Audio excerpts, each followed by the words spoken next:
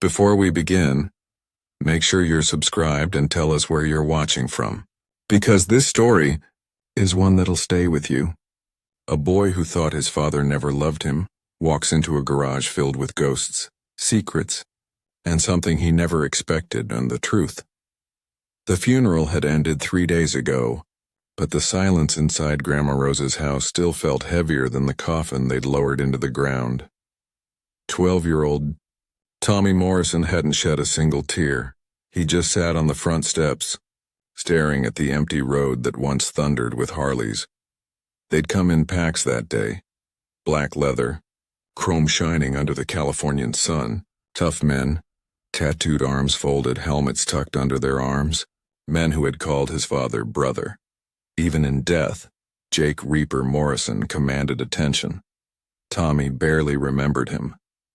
The stories he'd overheard painted Jake as both hero and monster, a hell's angel who could fix your engine and break your jaw in the same afternoon. His mother never said much, only that Jake had chosen his bike over his boy. Grandma Rose had been quiet too, until that morning. "You'll need to clean out the garage before we sell the house," she said, her voice trembling under the weight of old memories. It's time someone went in there. The garage. Tommy had never seen inside it. It had always been locked off limits even as a little boy.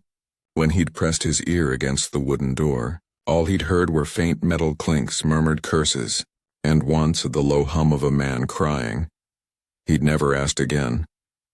Now that same door waited in the backyard, black paint cracked and curling like burnt paper.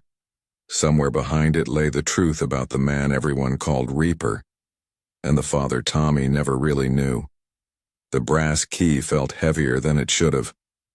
Its skull-shaped head gleamed under the kitchen light, tiny and cruel, like it was laughing at him. Grandma Rose had set it on the table beside a cold cup of coffee.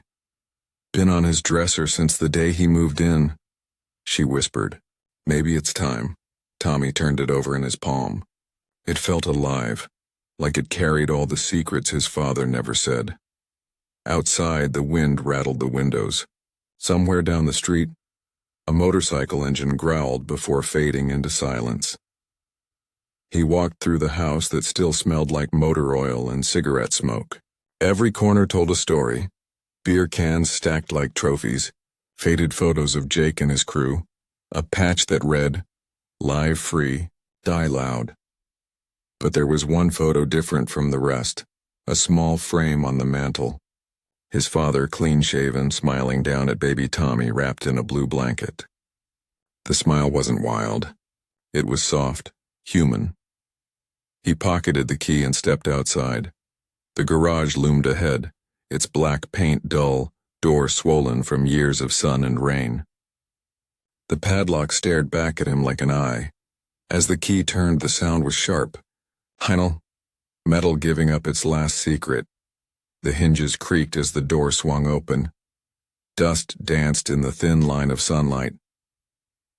Tommy took a step inside, the air thick with oil, rust, and something else, something faintly sweet, like cologne. He hesitated, then he whispered, "Hey, Dad." His voice trembled in the dark. It was the first word he'd spoken to him in 3 years. The garage was larger than Tommy imagined, a small kingdom of chaos frozen in time. Motorcycle parts lay scattered across the floor, greasy rags piled beside a Harley-Davidson half disassembled on a wooden stand. Every surface told a story of obsession. Tools hung in neat rows on pegboards. Workbenches lined the walls with old coffee cups, yellowed papers, and cigarette butts. In the corner stood a dusty jukebox, lights dead but buttons labeled with classic rock songs. And above it, tacked to the wall, was a faded photograph of a young Jake, hair slicked back, arm around a woman who wasn't Tommy's mother. Tommy swallowed hard. This was the man the world had known. Wild, reckless, untamed, but what about the father he never got to meet? As he moved deeper, something glinted beneath a tarp. He pulled it back to reveal a small red toolbox. On the lid, written in faded black marker, "For TM." His heart skipped. Those were his initials. He opened it with trembling hands. Inside, not tools, but tiny carved wooden figures, a motorcycle, a dog, a baseball bat, each one perfect. Each one handmade. Beneath them, a folded note in rough handwriting. Didn't know how to say it, so I built it instead. Dad.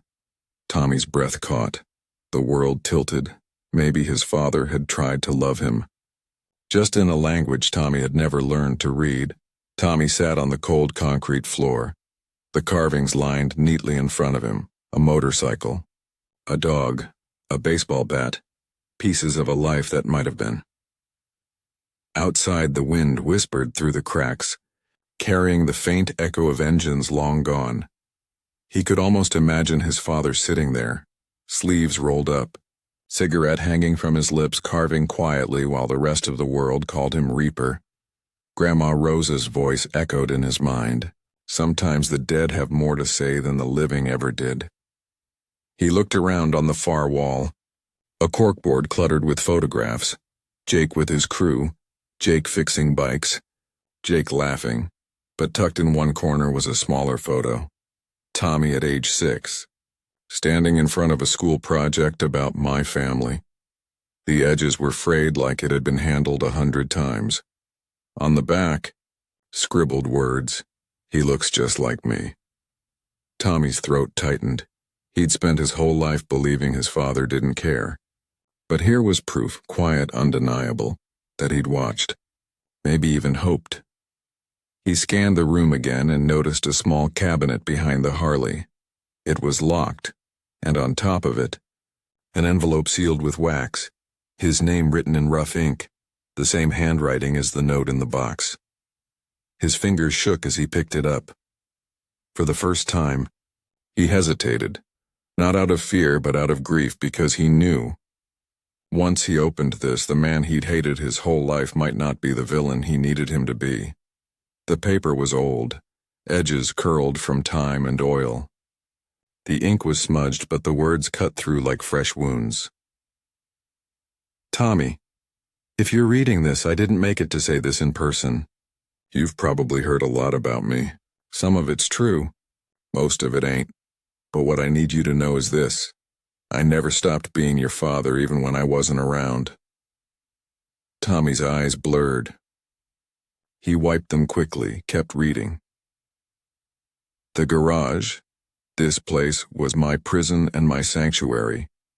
I kept things locked up here not 'cause I didn't care, but 'cause caring made it dangerous. The men I rode with, they loved hard but lived harder. I made mistakes. Hurt people, but you were my one good thing. The only thing I did right.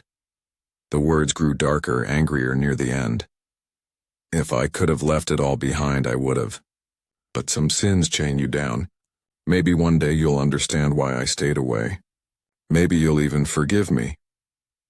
At the bottom, a small line that broke him. When you ride, ride safe. When you love, love honest.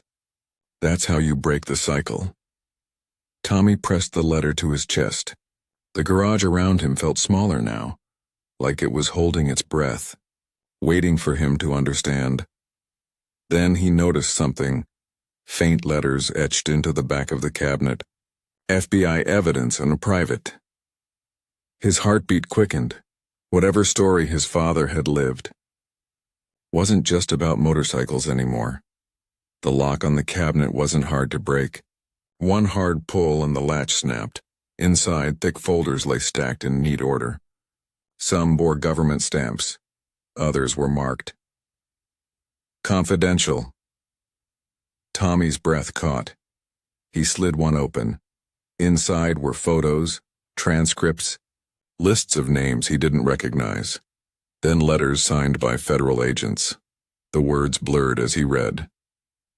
Agent Morrison has successfully infiltrated the Hells Angels chapter, gathering intel on arms trafficking, narcotics movement, and interstate alliances. Agent Morrison, his father. Tommy's hands shook. Jake Reaper. Morrison, the man feared by bikers across the state, had been working against them. Undercover. He read on, each page heavier than the last. Subject refuses witness relocation. States my boy needs roots. I won't make him live running. Risk level. Extreme. Tommy's head spun. His father had been a federal informant. He hadn't stayed away because he didn't care. He'd stayed away to protect them. A sound outside made him jump. A motorcycle revving in the distance. For a moment, the world felt too still, too fragile. He slid the files back carefully, every motion trembling. His father had lived a double life, outlaw and savior, sinner and shield.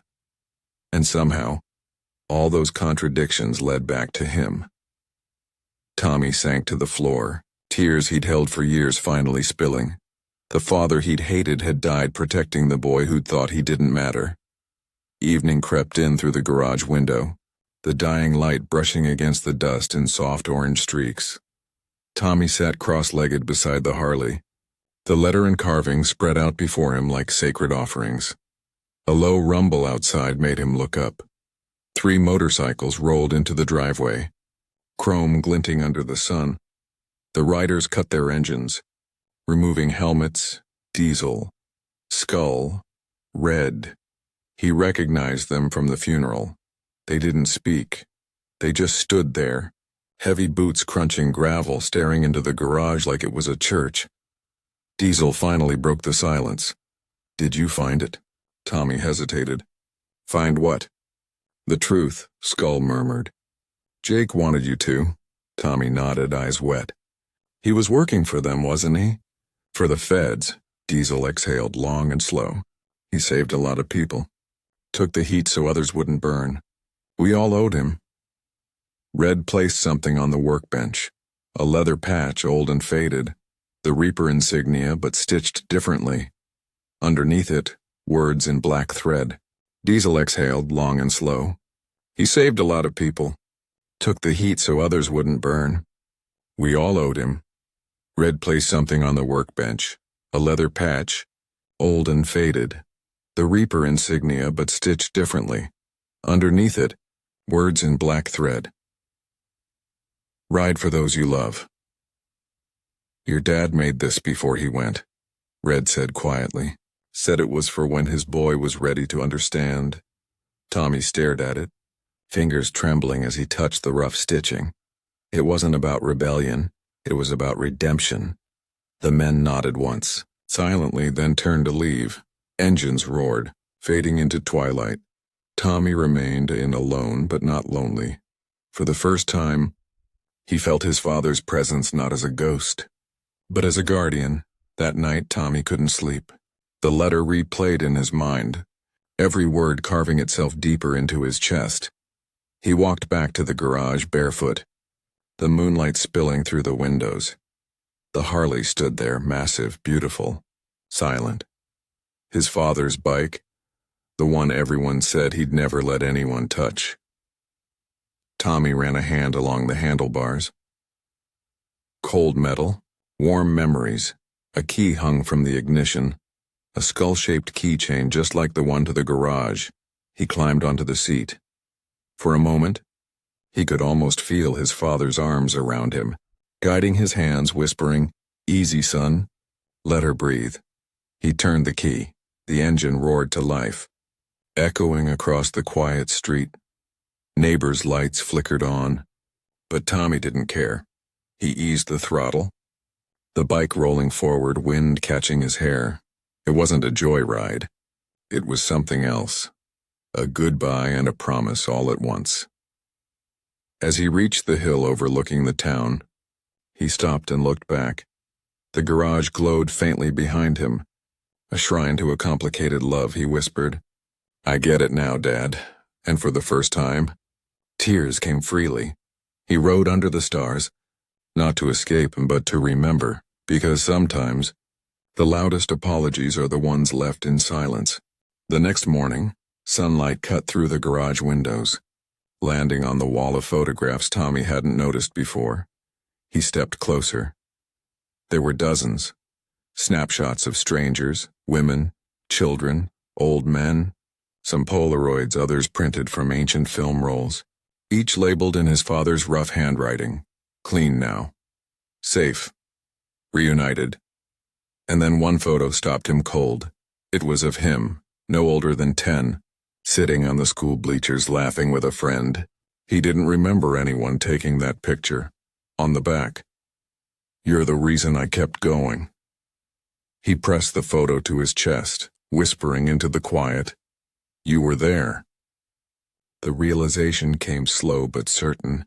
His father had been watching all along, from a distance, protecting them while pretending he didn't care. The garage that once felt like a tomb now felt like a storybook. Every photo, every carving, every tool, a word in the language of a man who didn't know how to say, "I love you." Tommy sank onto a stool, staring at the Harley. All those years he'd believed love was loud. Birthdays, hugs showing up. But maybe love could also be silent. A shadow standing watch. A man carving toys in the dark while the world called him sinner. He wiped his eyes and whispered, "You were just trying to keep me safe." The silence answered back with peace.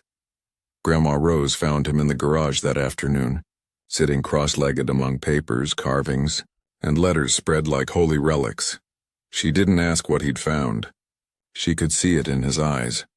The storm had passed. He handed her one of the letters. She read in silence, lips trembling as the truth unfolded line by line. When she finished, she pressed her hand to her heart. "He never told me," she whispered. "All those years I thought he'd chosen that life over us." Tommy nodded. He did, but for the right reasons. They sat together, the weight of misunderstanding finally lifting. Rose sighed, eyes glassy. "Your father wasn't a good man, Tommy, but he was trying to be better. That counts for something." He smiled faintly. "I think he finally made it." Her gaze drifted to the motorcycle gleaming in the corner. "He built that after you were born. Said one day he'd teach you to ride. Guess he got his wish after all." Tommy chuckled softly. "Yeah, I think he was with me last night." Rose reached out, brushing a strand of hair from his face. "He was always with you. You just didn't know how to see it." The wind pushed through the cracked door, carrying the faint scent of gasoline and leather, like the ghost of Jake Morrison had stopped by just to say goodbye. Rose squeezed Tommy's hand. "Let's keep this between us for now. Some truths are sacred." Tommy nodded. "Yeah, this one belongs to him." A week later, the Hells Angels returned. Dozens of bikes lined the street, chrome catching the sun, leather jackets glinting with patches that carried stories of loyalty, brotherhood, and loss. Tommy stood at the edge of the driveway. Grandma Rose beside him. Diesel dismounted first, holding something wrapped in black cloth. "This belonged to him," Diesel said quietly. Inside was a leather vest. Jake's. The Reaper patch on the back faded, but the stitching still proud. Below it, in new thread, someone had added, "Father, brother, protector." Tommy held it, running his fingers over the threads. Diesel nodded toward the Harley. "It's yours now. Ride with us today? One last time for Jake." Grandma Rose hesitated, then smiled softly. "Go on, sweetheart." The bike growled beneath him as Tommy started it. The men formed a line 2 by 2, the air thick with the scent of oil and freedom. As they rolled down the highway, the world blurred, the sound of engines becoming something holy. Tommy could feel it, the connection, the brotherhood, the heartbeat his father had once lived by. He wasn't a member, not really. But today wasn't about rebellion. It was about remembrance. They rode through the open hills, wind tearing through tears he didn't bother to wipe. For the first time, he didn't feel small. He felt seen. At the ridge overlooking the valley, Diesel raised his hand. The engines went silent, only the wind spoke. "This is for Jake Morrison," he said, "the man who lived loud and died with love." The horizon shimmered, and Tommy swore he heard a faint echo of laughter carried on the wind. When they returned, the sun was setting behind the house. The riders left one by one, leaving Tommy alone with the quiet again. He parked the Harley in the same spot his father used to, the sound of the cooling engine ticking in the air. He looked around one last time, and that's when he noticed it, a small gap in the workbench wood, a hidden drawer. He pulled it open gently. Inside were only two things, a worn-out Polaroid and a folded napkin. The photo was of his parents, Jake and his mother, dancing in a parking lot under string lights. His father was smiling, hand on her waist. She looked happy. Free. On the back, a single sentence in faded ink. Before I became Reaper, I was just Jake. Tommy smiled through tears. Then he unfolded the napkin, written in shaky pen strokes. If you ever find this, tell your mom I never stopped loving her. I just didn't know how to stay. Tommy pressed it to his lips. His chest ached, but it wasn't empty anymore. The anger, the confusion, all of it dissolved into something softer. Forgiveness. He placed the photo on the wall beside his own and whispered, "She'll know, Dad, I promise." That night, Tommy found his mother sitting on the porch, the same one she'd once cried on after every fight with Jake. She looked up, surprised to see him. "You've been quiet lately," she said. He sat beside her. The silence stretched before he finally handed her the napkin. She read it slowly. The color drained from her face, then returned as tears filled her eyes. He wrote this?" Tommy nodded. "I found it in the garage. He was working for the feds, Mom. Everything he did, and it was to protect us." She covered her mouth, sobbing softly. For years she'd built a wall of hate to survive. Now that wall was cracking. "He loved you," Tommy said.